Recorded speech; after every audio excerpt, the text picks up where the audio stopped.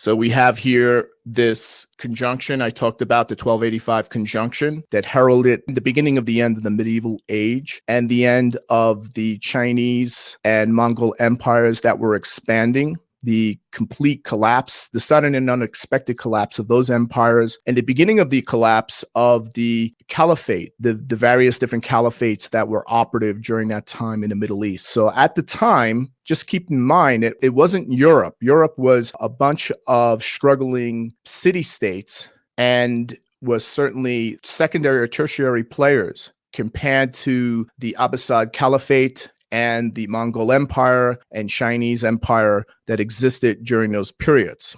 It was the collapse of those empires during this period. This was a seeding period that resulted in a massive geopolitical repolarization and reconfiguration with the rise of the European city-states that would eventually become nation-states about the time of the Renaissance and the emergence of the scientific revolution and the age of discovery. This seeding period began here during this 1285 triple conjunction. Now, we have that same conjunction occurring here, and it will happen, the triple conjunction in itself will happen around approximately mid-January, January 15th, 2020. But we can see here, looking at this horoscope, the ingress, the beginning of the astrological new year begins on March 20th, 21st, when the sun ingresses at the 0 Aries point on the world point. You'll see a quadruple conjunction, Mars, Jupiter, Saturn, Pluto, all in very tight conjunction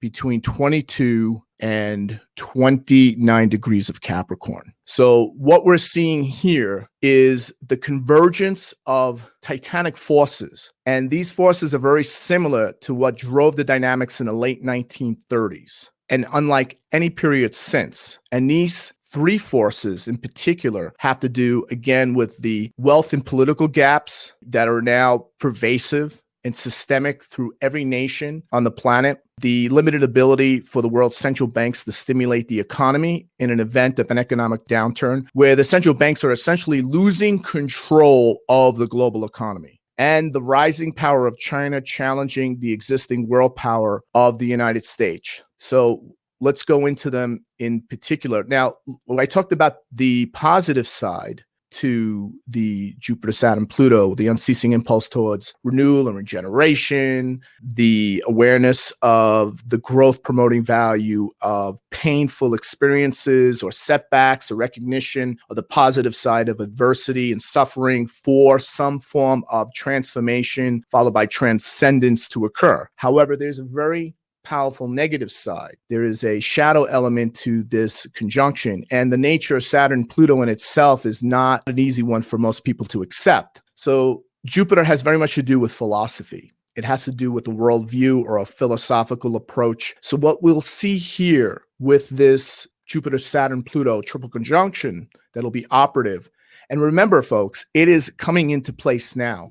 It is coming into place now. It's formulating. It is within very tight orb. In mundane astrology, we use much larger orbs. And we look at those larger orbs, and anything within 10 degrees that is culminating is already in effect. So what we're going to see is a philosophical justification for ruthless pursuits and hardened, ruthless ambition, where the ends justify the means. This will happen on both sides of the spectrum. This is going to happen with the young and the old, the rich and the poor, the Democrats and the Republicans. It's going to happen where there's going to be a philosophical justification for ruthless, hardened, ambitious pursuits where the ends will justify the means. The ethic of the survival of the fittest, the desire to raise one at the expense of others, is going to prevail at this time. And this is going to play out not only within this country, but it's going to play out with the European Union in regards to British exit. It's going to play itself out with how China and the United States are playing their political chess moves with each other.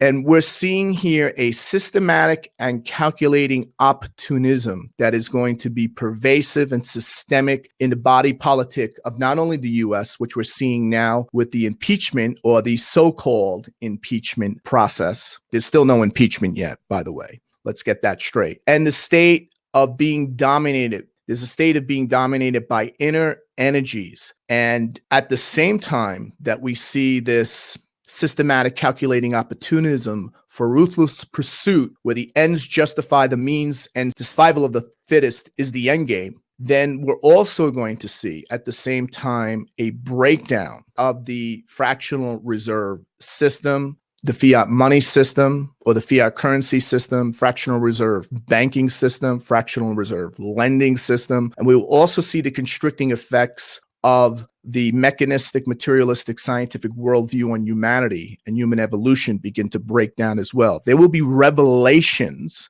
within industry where the breakdown of the mechanistic, materialistic means of production and economy will begin to break down and go through a transformation. The constricting effects of the mechanistic, materialistic, scientific worldview will begin to break down based on new revelations and breakthroughs, a breakdown on what we believe how humanity actually came into being. I believe there will be revelations that will destroy the whole premise of evolution as we have been taught to understand it in our primary and secondary education. So we're going to see that play out. And also there's going to be an awareness of the greed and aggression as civilization destroyers. People are aware of this now, but it's going to become blatant, where greed is not our friend.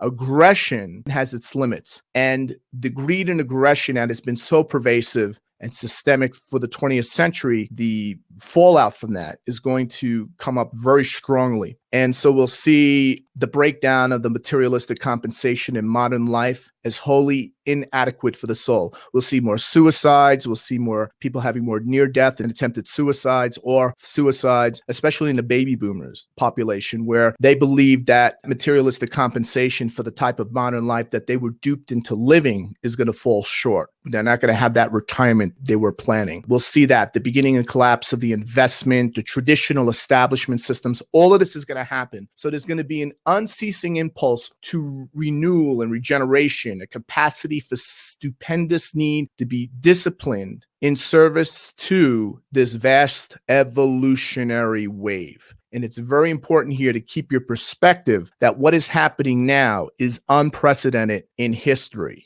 Unprecedented. So let's go into the particulars real quick.